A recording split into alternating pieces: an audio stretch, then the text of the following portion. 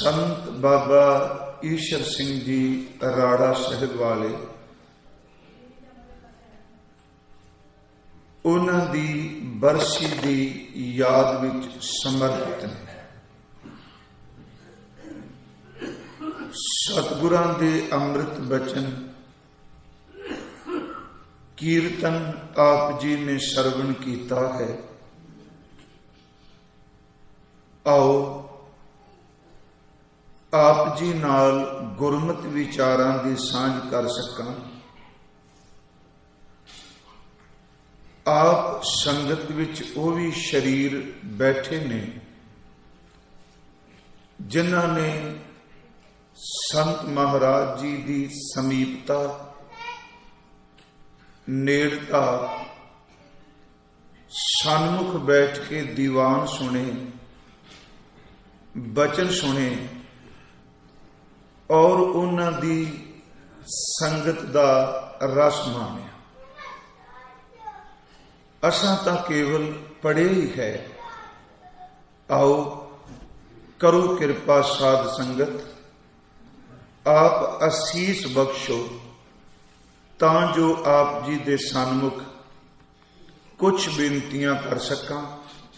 गुरु बख्शी फतेह स्वीकार करो और उच्चारण करो जी।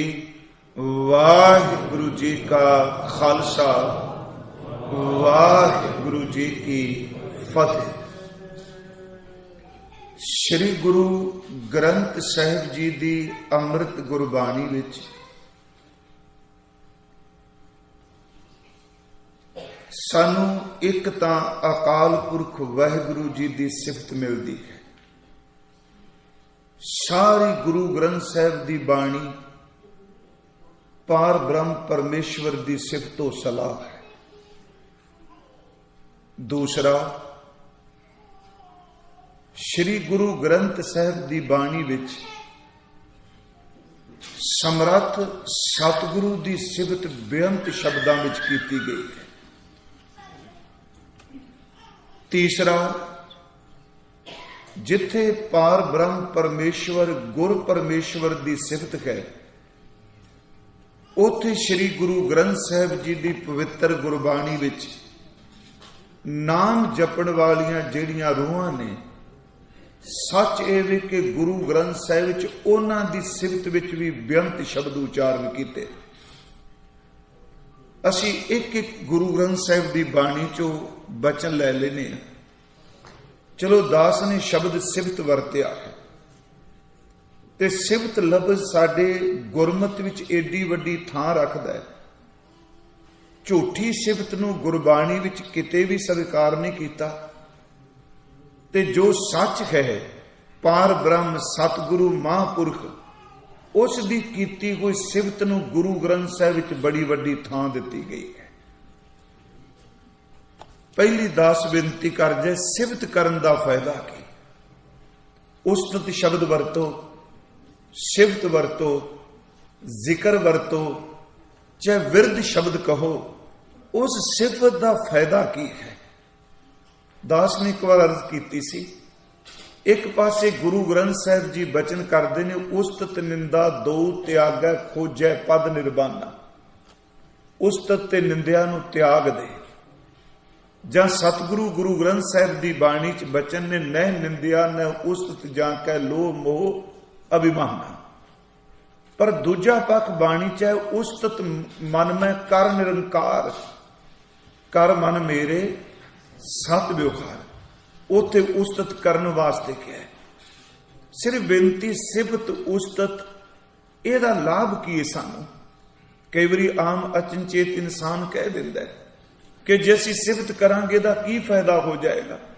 गुरु ग्रंथ साहिब जी ने बड़े प्यारे बचन कहे ने। इस संबंध विच गुरु नानक साहिब दा शब्द कहे, हजूर ने 3 तरह की धात का जिक्र किया है, मैटल का। मान लो असी सोने का कोई बर्तन लै लीए, गहना लै लीए, वो सोने का बर्तन गहना टुट जाए, असी कदी उन्होंने अपने घरों बाहर नहीं सटते। कदी सोने की वस्तु अपने घरों नहीं कोई सुटेगा। हाँ, उस टुटी कोई वस्तु नूं जेकर कोई किसी सुनार दे को लै जाए ਤੇ ਸੁਨਾਰ ਕਹੇਗਾ ਇਸ ਟੁੱਟੀ ਕੋਈ ਵਸਤੂ ਨੂੰ ਜਾਂ ਗਹਿਣੇ ਨੂੰ ਜਾਂ ਸੋਨੇ ਦੀ ਕੋਈ ਚੀਜ਼ ਹੋਵੇ, ਇਹ ਟੁੱਟੀ ਕੋਈ ਦੁਬਾਰਾ ਜੁੜ ਜਾਏਗੀ, ਪਰ ਮੈਨੂੰ ਅੱਗ ਦਾ ਸੇਕ ਲਾਣਾ ਪਏਗਾ। ਅੱਗ ਜਿਹੜੀ ਹੈ ਉਹ ਟੁੱਟੇ ਕੋਈ ਸੋਨੇ ਨੂੰ ਦੁਬਾਰਾ ਜੋੜ ਦਿੰਦੀ ਹੈ। ਬੇਨਤੀ ਕਰਾਂ, ਜੇ ਮੰਨ ਲਓ ਪਿੱਤਲ ਦਾ ਕਾਂਸੀ ਦਾ ਭਾਂਡਾ ਕੋਈ ਟੁੱਟ ਜਾਏ ਤੇ ਠਠਿਆਰ ਉਸ ਟੁੱਟੇ ਕੋਈ ਭਾਂਡੇ ਨੂੰ ਸੱਚ ਇਹ ਵੇ ਅੱਗ ਨਾਲ ਦੁਬਾਰਾ ਫਿਰ ਟਾਂਕਾ ਲਾ ਦਿੰਦਾ ਹੈ।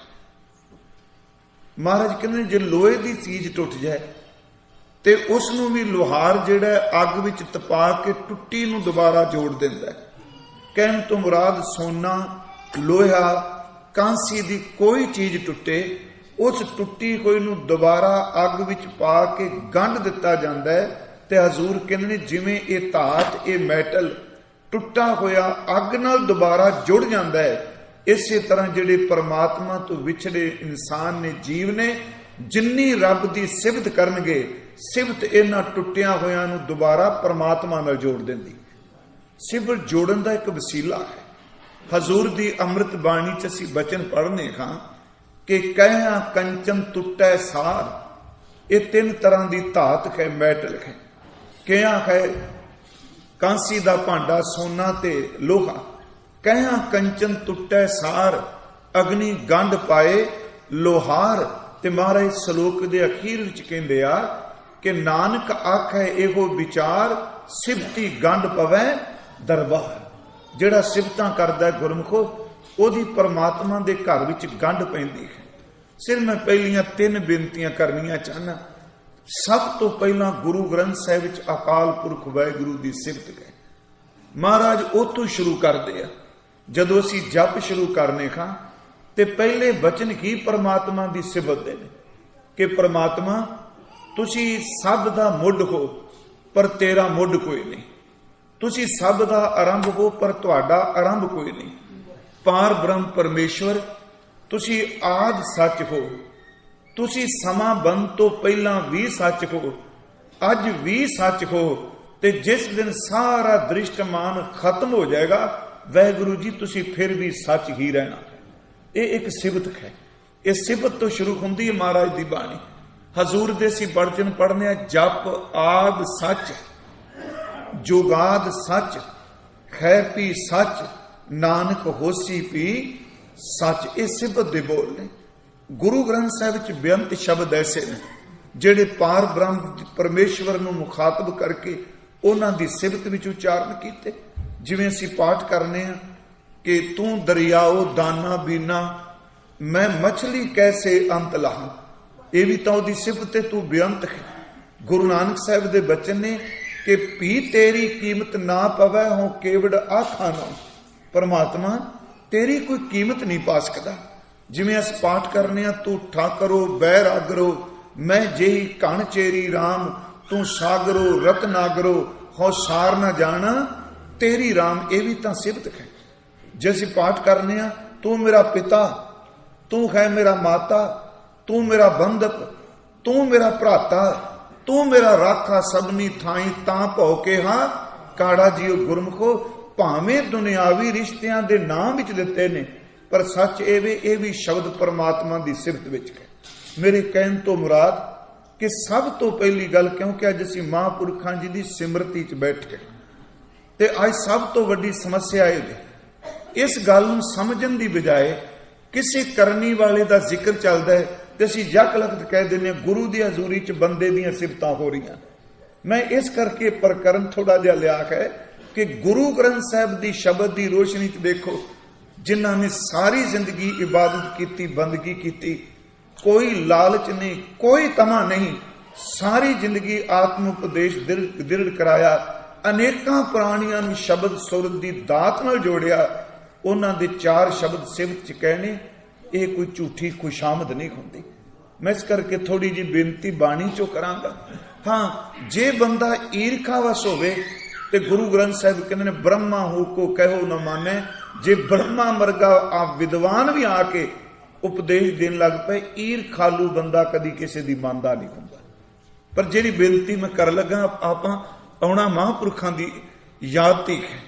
ਪਹਿਲੀ ਅਰਜ਼ ਕੀਤੀ ਕਿ ਗੁਰੂ ਗ੍ਰੰਥ ਸਾਹਿਬ ਦੀ ਪਵਿੱਤਰ ਬਾਣੀ 'ਚ पार ब्रह्म परमेश्वर की सिफत है। कोई भगत कोई महापुरख सारे परमात्मा की सिफत करते हैं।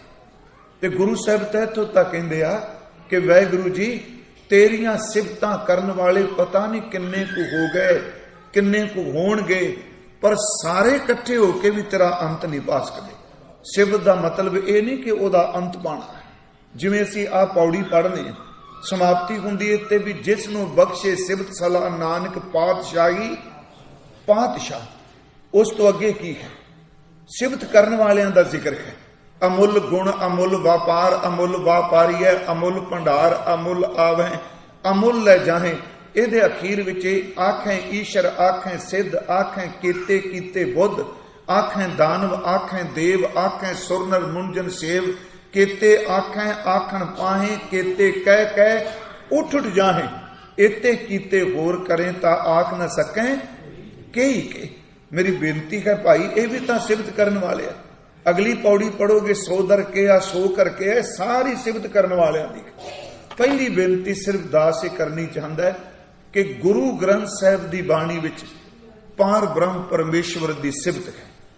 उस तो अगे श्री गुरु ग्रंथ साहिब की पवित्र बाणी च गुर परमेश्वर की सिफत के अनेकां वचन जदों असीं पाठ करने बलहारी गुर अपने द्योहाड़ी सदवार जिन मानस ते देवते किए करत न लागी वार। ए गुरु की सिफत का बोल है।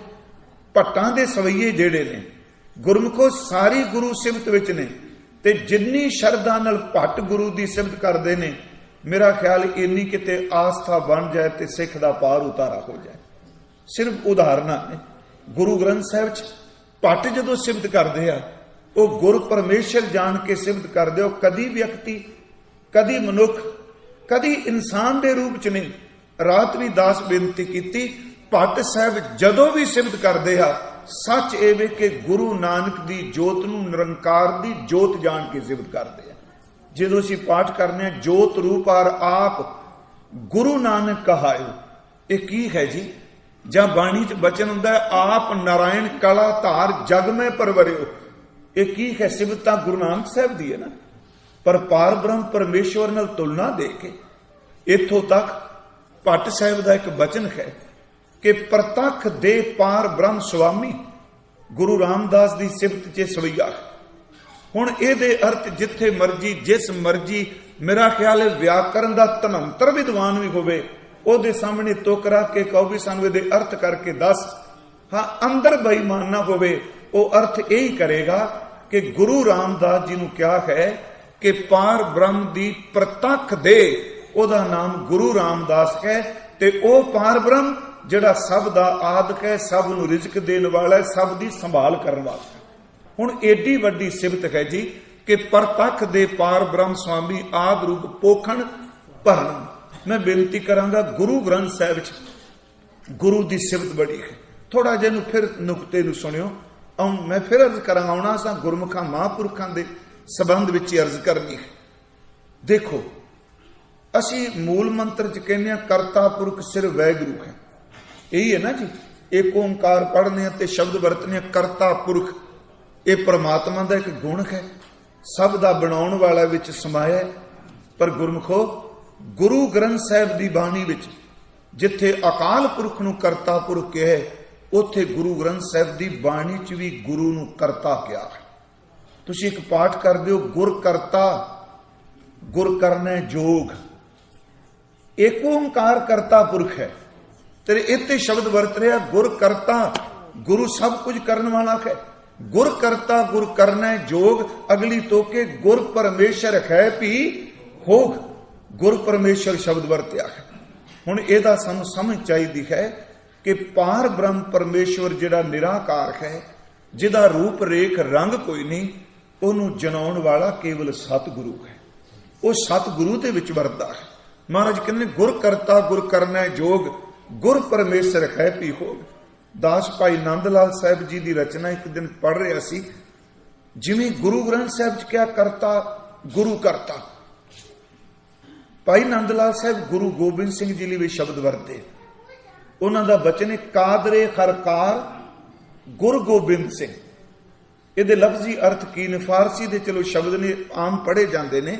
ਕਾਦਰੇ ਦਾ, ਕਾਦਰੇ ਹਰਕਾਰ, ਹਰ ਕਾਰ ਦੇ ਕਰਤੇ ਦਾ ਨਾਮ ਗੁਰੂ ਗੋਬਿੰਦ ਸਿੰਘ ਹੈ। ਕਰਤਾ ਪੁਰਖ ਉਹ ਵੀ ਕਹਿ ਰਿਹਾ, ਕਾਦਰੇ ਹਰਕਾਰ ਗੁਰੂ ਗੋਬਿੰਦ ਸਿੰਘ, ਬੇਕਸਾਰਾ ਯਾਰ ਗੁਰੂ ਗੋਬਿੰਦ ਸਿੰਘ, ਜਿਹਦਾ ਕੋਈ ਸਹਾਰਾ ਨਹੀਂ, ਉਹਦੇ ਸਹਾਰਾ ਨੇ ਗੁਰੂ ਗੋਬਿੰਦ ਸਿੰਘ। ਭਾਈ ਨੰਦ ਲਾਲ ਸਾਹਿਬ ਜੀ ਨੇ ਤਾਂ ਗੁਰੂ ਹਰਿ ਸਾਹਿਬ ਲਈ ਵੀ ਸ਼ਬਦ ਵਰਤਿਆ ਕਰਤਾ। ਉਹਨਾਂ ਦੀ ਰਚਨਾ ਵਿੱਚ ਹੈ, ਹੱਕ ਪਰਵਰ ਹੱਕ ਕੇਸ਼ ਗੁਰੂ ਕਰਤਾ ਹਰ ਰਾਏ, ਸੁਲਤਾਨ ਹਮ ਦਰਵੇਸ਼ ਗੁਰੂ ਕਰਤਾ ਹਰ ਰਾਏ। ਗੁਰੂ ਹਰਿ ਸਾਹਿਬ ਜੀ ਨੂੰ ਕਰਤਾ ਗੁਰੂ ਕਹਿੰਦੇ ਹੁੰਦੇ ਸਨ। ਮੈਂ ਸਿਰਫ ਇੰਨੀ ਕੁ ਸੰਖੇਪ ਜੀ ਕਿ ਸਭ ਤੋਂ ਪਹਿਲਾਂ ਗੁਰੂ ਗ੍ਰੰਥ ਸਾਹਿਬ ਵਿੱਚ ਸਿਫਤ ਅਕਾਲ ਪੁਰਖ ਵਾਹਿਗੁਰੂ ਦੀ ਹੈ। ਉਹ ਅਕਾਲ ਪੁਰਖ ਵਾਹਿਗੁਰੂ ਜੀ, ਉਹਨੂੰ ਜਨਾਉਣ ਵਾਲੇ ਸਤ ਗੁਰੂ ਦੀ ਸਿਫਤ ਹੈ। ਸਾਡੀਆਂ ਜਨਮ ਸਾਖੀਆਂ 'ਚ ਇੱਕ ਬੜਾ ਪਿਆਰਾ ਬਚਨ ਹੈ ਜੀ, ਜਿਹੜਾ ਅਸੀਂ ਅਕਸਰ ਪੜ੍ਹਨੇ ਹਾਂ। ਉਸ ਵਿੱਚ ਜਦੋਂ ਹਜ਼ੂਰ ਵਹੀਂ ਵਿੱਚ ਪ੍ਰਵੇਸ਼ ਕਰਦੇ ਆ, ਵਹੀਂ ਨਦੀ ਜਾਂਦੇ ਆ, ਜਨਮ ਸਾਖੀ ਵਾਲਾ ਆਪਣੇ ਢੰਗ ਨਾਲ ਉਹਨੂੰ ਬਿਆਨ ਕਰਦਾ ਹੈ। ਕੀ ਵਾਪਰਿਆ, ਕਿਵੇਂ ਹੋਇਆ, ਸੱਚ ਵੇ ਅਸੀਂ ਅਲਪ ਬੁੱਧੀ ਵਾਲੇ ਉਸ ਅਵਸਥਾ ਦਾ ਥਾ ਪਾ ਹੀ ਨਹੀਂ ਸਕਦੇ। ਹੁਣ ਜੇ ਮੈਂ ਕਥਾ ਕਰਨ ਵਾਲਾ ਕਹਾਂ ਬਾਬਾ ਜੀ ਇੱਥੇ ਗਏ, ਆਹ ਹੋਇਆ, ਐਵੇਂ ਗੱਲਾਂ ਕਰੀ ਜਾਣ, ਸਾਡੀ ਸਮਝ ਤੋਂ ਬਾਹਰ ਦੀ ਗੱਲ ਹੈ, ਪਰ ਹੋਇਆ ਜ਼ਰੂਰ ਹੈ। ਇਹਦਾ ਮਤਲਬ ਇਹ ਨਹੀਂ ਕਿ ਜਿਹੜੀ ਚੀਜ਼ ਸਾਨੂੰ ਸਮਝ ਨਾ ਪਏ ਉਹਦੇ ਤੋਂ ਇਨਕਾਰੀ ਹੋ ਜੀ। ਅੱਜ ਸਿੱਖੀ ਦਾ ਦੁਖਾਂਤ ਇਹ ਵੇ ਕਿ ਸਪਿਰਿਚੁਅਲਿਟੀ ਇੱਕ ਐਸੀ ਰੱਬ ਦੀ ਦਾਤ ਹੈ ਜਿਹਦੇ ਨਾਲ ਵਾਪਰੇਗੀ ਉਹਨੂੰ ਸਮਝ ਕੇ ਦੂਜਾ ਸਿਰਫ ਉਹਦੇ ਬਾਹਰ ਮੁਖੀ ਗਿਆਨ ਨੂੰ ਜਾਣਦਾ ਹੈ। ਇਹੀ ਕਾਰਨ ਗਿਆਨੀ ਦਾ ਤੇ ਭਗਤ ਦਾ ਆਪਸ ਵਿੱਚ ਕਦੀ ਛੇਤੀ ਸਮੇਲ ਨਹੀਂ ਹੁੰਦਾ। ਭਗਤ ਅਨੁਭਵ ਤੇ ਜੀਂਦਾ, ਗਿਆਨੀ ਕੇਵਲ ਬੁੱਧ ਗਿਆਨ ਤੇ ਜੀਂਦਾ। ਇਹਨੂੰ ਥੋੜਾ ਜਿਹਾ ਹੋਰ ਐਕਸਪਲੇਨ ਕਰਦੇ ਹਾਂ। ਦਾਸ ਨੇ ਇੱਕ ਵਾਰ ਕਿਹਾ ਸੀ ਪਾਣੀ ਵਰਤਨੇ, ਸਵਾਲ ਉੱਠੇਗਾ ਕਿ ਦੇਖੋ ਮਹਾਂਪੁਰਖ ਸ਼ਬਦ ਵਰਤਨੇ ਜੀ, ਮਹਾਂਪੁਰਖ ਕਿਉਂ ਕਹਿੰਦੇ? ਮੇਰੇ ਨਾਲ ਵੀ ਇੱਕ ਵਾਰ ਚਰਚਾ ਹੋਈ ਕਿ ਸੱਜਣ ਦੀ, ਉਂਝ ਤਾਂ ਵੈਸੇ ਲੋੜ ਹੀ ਨਹੀਂ ਬਹਿਸ ਦੀ ਜੀ। ਜਦੋਂ ਮਨ ਮੰਨ ਗਿਆ ਨਾ, ਫਿਰ ਲੋਕਾਂ ਤੋਂ ਸਟੈਂਪ ਲਵਾਉਣ ਦੀ ਕੋਈ ਲੋੜ ਨਹੀਂ। ਕਹੋ ਕਬੀਰ ਅਬ ਜਾਣਿਆ, ਜਬ ਜਾਣਿਆ ਤਉ ਮਨ ਮਾਨਿਆ, ਮਨ ਮਾਨੈ ਲੋਗ ਨਾ ਭਤੀਜੈ। ਜੇ ਨਾ ਖੁਸ਼ ਹੋਣਾ, ਆਪਾਂ ਇਹਨਾਂ ਨੂੰ ਕੀ ਖੁਸ਼ ਕਰਕੇ ਕਰਾਂਗੇ? ਨਾ ਭਤੀਜੈ ਤਉ ਕਿਆ ਕੀਜੈ। ਹੁਣ ਸਵਾਲ ਉੱਠਿਆ ਵੀ ਬਾਣੀ ਦੀ ਗੱਲ ਤਾਂ ਅਸੀਂ ਵੀ ਕਰਨੀ, ਮੈਂ ਕੋਈ ਬਟਰਿੰਗ ਨਹੀਂ ਕਰ ਰਿਹਾ, ਕਥਾ ਅਸੀਂ ਵੀ ਕਰਨੇ ਆ, ਉਹ ਵੀ ਕਥਾ ਕਰਨ। ਤੁਸੀਂ ਮਹਾਂਪੁਰਖੇ ਨਾਲ ਮੈਂ ਇੱਕੋ ਬੇਨਤੀ ਕੀਤੀ ਸੀ ਕਿ ਇੱਕ ਪਾਣੀ ਸਾਡੇ ਉੱਥੇ ਵਰਤਦੇ ਸਨ ਖੂਹ ਦਾ, ਪਿੰਡਾਂ 'ਚ ਅਜੇ ਵੀ ਖੂਹ ਦਾ ਪਾਣੀ ਵਰਤੇ, ਤੇ ਇੱਕ ਨਾ ਪਾਣੀ ਸਟੋਰ ਕਰਕੇ ਟੈਂਕੀ ਵਿੱਚ ਵਰਤਿਆ ਜਾਂਦਾ ਹੈ ਨਾ। ਖੂਹ ਹਮੇਸ਼ਾ ਧਰਤੀ ਤੋਂ ਥੱਲੇ ਹੁੰਦਾ ਹੈ ਤੇ ਟੈਂਕੀ ਹਮੇਸ਼ਾ ਧਰਤੀ ਤੋਂ ਉੱਤੇ ਹੁੰਦੀ ਹੈ। ਅਸਮਾਨ 'ਚ ਹੁੰਦੀ ਹੈ ਟੈਂਕੀ ਨਾ, ਜ਼ਿਆਦਾਤਰ ਟੈਂਕ ਉੱਤੇ ਨੇ। ਟੈਂਕੀ ਦਾ ਆਪਣਾ ਅਨੁਭਵ ਨਹੀਂ, ਉਹਦਾ ਆਪਣਾ ਪਾਣੀ ਨਹੀਂ। ਟੈਂਕੀ ਵਿੱਚ ਪ੍ਰੈਸ਼ਰ ਕੀਤਾ ਹੋਇਆ ਪਾਣੀ ਹੀ ਜਾਂਦਾ ਹੈ, ਪਰ ਚੇਤੇ ਰੱਖਿਓ ਖੂਹ ਦਾ ਆਪਣਾ ਅਨੁਭਵ ਹੈ। ਇੱਕ ਉੱਚਾ ਹੈ, ਇੱਕ ਨੀਵਾਂ, ਪਾਣੀ ਦੋਨਾਂ ਕੋਲ ਹੈ। ਟੈਂਕੀ ਦਾ ਪਾਣੀ ਕੁਝ ਦਿਨਾਂ ਬਾਅਦ ਬਦਬੂ ਮਾਰਨ ਲੱਗੇਗਾ ਜੇ ਬਦਲਿਆ ਨਾ ਜਾਏਗਾ ਤਾਂ। ਜੇ ਕਿਤੇ ਨਲਕਾ ਟੂਟੀ ਖੁੱਲੀ ਰਹਿ ਗਈ ਤੇ ਟੈਂਕੀ ਦਾ ਪਾਣੀ ਚੇਤੇ ਰੱਖਿਓ ਖਾਲੀ ਹੋ ਜਾਏਗਾ। ਪਰ ਖੂਹ ਨੂੰ ਰੱਬ ਨੇ ਇਉਂ ਕਹਿ ਲੋ ਇਸੀ ਸਮਰੱਥਾ ਦਿੱਤੀ, ਜਿੰਨਾ ਪਾਣੀ ਖੂਹ ਚੋਂ ਕੱਢ ਕੇ ਲਿਜਾਓਗੇ ਓਨਾ ਤਾਜ਼ਾ ਹੋਰ ਪੈਦਾ ਕਰੇਗਾ। ਉਹਨੂੰ ਕੋਈ ਡਰ ਨਹੀਂ ਮੈਂ ਕਦੀ ਮੁੱਕਣਾ, ਕਿਉਂਕਿ ਜਿਸ ਸੋਮੇ ਨਾਲ ਖੂਹ ਜੁੜਿਆ ਉਹਦੇ ਕੋਲ ਕਦੀ ਕਮੀ ਆ ਹੀ ਨਹੀਂ ਸਕਦੀ। ਮੈਂ ਇੱਕ ਬੇਨਤੀ ਕਰਨਾ, ਅਨੁਭਵੀ ਜਿਹੜੀ ਰੂਹ ਹੈ ਨਾ, ਉਹ ਵਾਹਿਗੁਰੂ ਸੋਮੇ ਨਾਲ ਜੁੜੀ ਹੋਈ ਹੈ। ਕੋਈ ਜ਼ਰੂਰੀ ਨਹੀਂ ਉਹ ਗ੍ਰੰਥ ਪੜ੍ਹ ਕੇ ਕਥਾ ਕਰੇ। ਵਾਹਿਗੁਰੂ ਜੀ ਅਨੁਭਵ ਲਈ ਕੀ ਚਾਹੀਦਾ ਹੈ? ਜਿੰਨਾ ਖੂਹ ਚੋਂ ਪਾਣੀ ਕੋ ਕੱਢੇਗਾ, ਚੇਤੇ ਰੱਖੋ ਓਨਾ ਤਾਜ਼ਾ ਨਿਕਲੇਗਾ। ਇਹੀ ਕਾਰਨ ਜਿਨ੍ਹਾਂ ਮਹਾਂਪੁਰਖਾਂ ਦੀ ਯਾਦ 'ਚ ਬੈਠੇ ਆਪਾਂ ਅੱਜ ਵੀ ਦੀਵਾਨ ਜਦੋਂ ਸੁਣਦੇ ਆ, ਕਦੀ ਬਾਸੀਪਨ ਲੱਗਦਾ? ਸਾਖੀਆਂ ਤਾਂ ਆਈ ਨੇ ਨਾ, ਗਨਕਾ ਦੀ, ਅਜਾਮਲ ਦੀ, ਸਰਮਦ ਦੀ, ਗੁਰੂ ਅਮਰਦਾਸ ਦੀ, ਬਾਬਾ ਫਰੀਦ ਜੀ ਦੀ, ਮਾਤਾ ਜੀਤੋ ਜੀ ਦੀ। ਇਹ ਸਾਖੀਆਂ ਨਿਤਰੂ ਦੀ। ਜੇ ਗਿਆਨੀਆਂ ਨੂੰ ਪੁੱਛੋ ਹੱਥਾਂ ਤੇ ਗਿਣ ਕੇ ਕਹਿ ਦੇਣਗੇ ਇੰਨੇ ਦੀਵਾਨਾਂ ਵਿੱਚ ਆਹ ਸਾਖੀਆਂ ਨੇ। ਪਰ ਨਹੀਂ ਗੁਰਮੁਖੋ, ਜਦੋਂ ਹਿਰਦਾ ਭਜਨ ਬੰਦਗੀ 'ਚ ਭਿੱਜਾ ਹੋਵੇ, ਅਪੇਦਤਾ ਵਾਲੇ ਹੋਵੇ, ਉਹ ਇੱਕ ਸ਼ਬਦ ਵੀ ਰੋਜ਼ ਰਿਪੀਟ ਕਰੀ ਜਾਓ, ਉਹਦੇ ਵਿੱਚੋਂ ਕਦੀ ਰਸ ਨਹੀਂ ਮਰਦਾ ਹੁੰਦਾ। ਉਹ ਰਸ ਹਮੇਸ਼ਾ ਕਾਇਮ ਰਹਿੰਦਾ ਹੈ। ਉਸ ਰਸ ਨੂੰ ਕੋਈ ਖਤਮ ਨਹੀਂ ਕਰ ਸਕਦਾ। मैं जी बेनती कर लगा फिर विषय ते आके कि गुर परमेश्वर जान के गुरु ग्रंथ साहिब च सिफत की है जी गुरु की। जन्म साखी च एक बचन हुंदा है कि जदों हजूर पार ब्रह्म परमेश्वर जी नवाजदे ने ते 3 बचन कहंदे ते दास जदों बचन पढ़दा है ते गुरु ग्रंथ साहिब विच सारी उन्हां बचनां दी प्रौढ़ता है। यह पुरातन जन्म साखी विच लिखिया है कि पार ब्रह्म परमेश्वर जी शब्द वरदे आ। पहला बचन कहंदे आ नानक जिस ऊपर तेरी नदर तिस ऊपर मेरी नदर। अर्थ बड़े सौखे आ जी। जिस ऊपर तेरी नजर पै जाएगी तेरी नजर विच ही मेरी नजर वरदी है। अभेदता है गुर परमेश्वर। जिस ऊपर तेरी नदर तिस ऊपर मेरी नदर वाहिगुरु जी कह रहे हैं। दूसरा बचन जिस ऊपर तेरा कर्म, कर्म लफ्ज ते फारसी का कर्म दा अर्थ बख्शिश, जिस उत्ते तुहाडी बख्शिश हो जाएगी गुरु नानक साहब ते महाराज परमात्मा जी कहते तिस ऊपर मेरा कर्म, मेरी बख्शिश ओहदे ते होएगी। इहदा मतलब तुहाडी नजर विच मेरी नजर है, तुहाडी बख्शिश विच मेरी बख्शिश है। जिस ऊपर तेरी नदर तिस ऊपर मेरी नदर, जिस ऊपर मेरा कर्म तिस ऊपर तेरा कर्म। ते अखीर ते कहंदे आ मेरा नाम पार ब्रह्म परमेश्वर, तेरा नाम गुर परमेश्वर। गल बड़ी वड्डी है जी। लफ्ज कह दें गुरु परमेश्वर। इसे करके आप जी याद रखियो जदों भी गुरु ग्रंथ साहिब का पाठ करोगे बहुत थाई ते गुरु नाल शब्द परमेश्वर जुड़िया होया आवेगा। गुरु परमेश्वर एको जान जो तिस भावै सो प्रवान। महाराज कहते ने कि नानक सोधे सिमरत बेद पार ब्रह्म गुर नहीं भेद। क्योंकि गुर परमेश्वर है गुरु नानक साहब सच्चा पातशाह। महाराज ने देखो सिफत की पहला परमात्मा दी फिर गुरु दी। तीसरी बेनती जी कर लगा गुरु ग्रंथ साहिब दी सारी बाणी च हालां नाम दी सिफत विच भी शब्द ने, बाणी दी सिफत विच भी बाणी है। हालांकि सारे कहने बाणी पढ़ो पर महाराज ते बाणी दी सिफत भी की। वाह वाह बाणी निरंकार है सिफत नहीं। बाणी गुरु गुरु है बाणी विच बाणी अमृत सारे सिफत है। अमृत बाणी हर हर तेरी ये सिफत है। हमारी प्यारी अमृत धारी गुरनिमुख न मानते टारी रे गुरमुखो। ये सारी सिफत है, नाम दी भी सिफत है।